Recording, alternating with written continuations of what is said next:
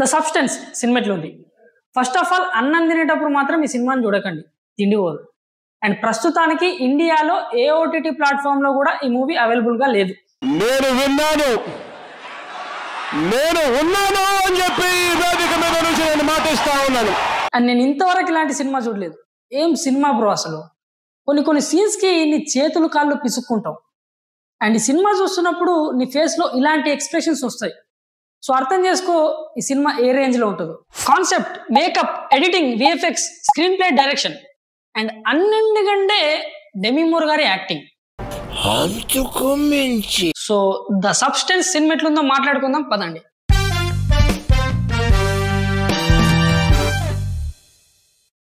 The substance cinema ఎట్లుంది? First ఈ movie plot ఏంటి?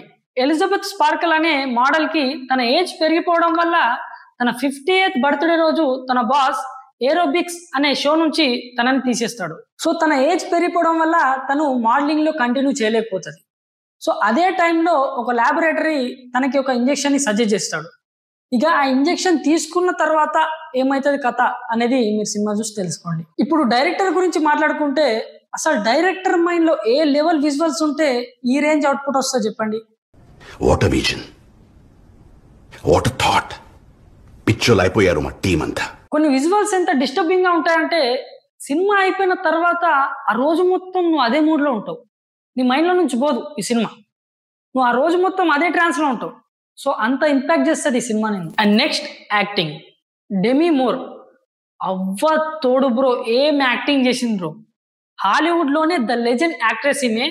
ఈ సినిమాలో యాక్టింగ్ మాత్రం కుదిపి కుమ్మేసి కలేసి మెలేసి ఊపేసి ఆపేసింది అంతే. ఈమె లేకపోతే ఈ సినిమా లేదు. అండ్ 2018లో రిలీజ్ అయిన లవ్ సోనియా అనే మన ఇండియన్ మూవీలో కూడా ఒక రోల్ యాక్ట్ చేసింది. మృణాల్ ఠాకూర్ గారు ఉంటారు అందులో. అది పక్కన పెడితే she was the world's highest paid actress by 1995. Next makeup and VFX. అసలు ఈ రోజు ఈ మూవీ ఇంత వైరల్ అవుతుందంటే దానికి మెయిన్ రీజన్ ఈ makeup and VFX and Demi Moore గారి acting also. And next editing and cinematography.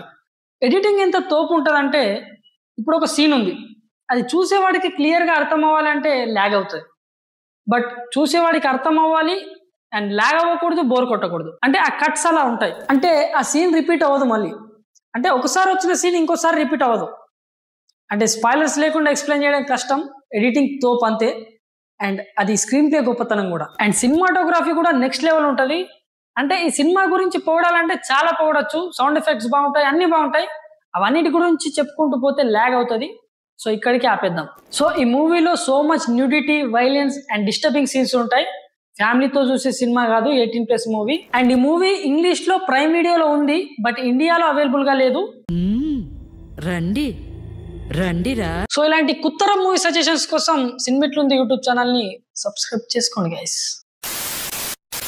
मेरे वीडियोस देखना अच्छी बात है, लेकिन बिना सब्सक्राइब के मेरे वीडियोस देखना ये तो सही नहीं है. First night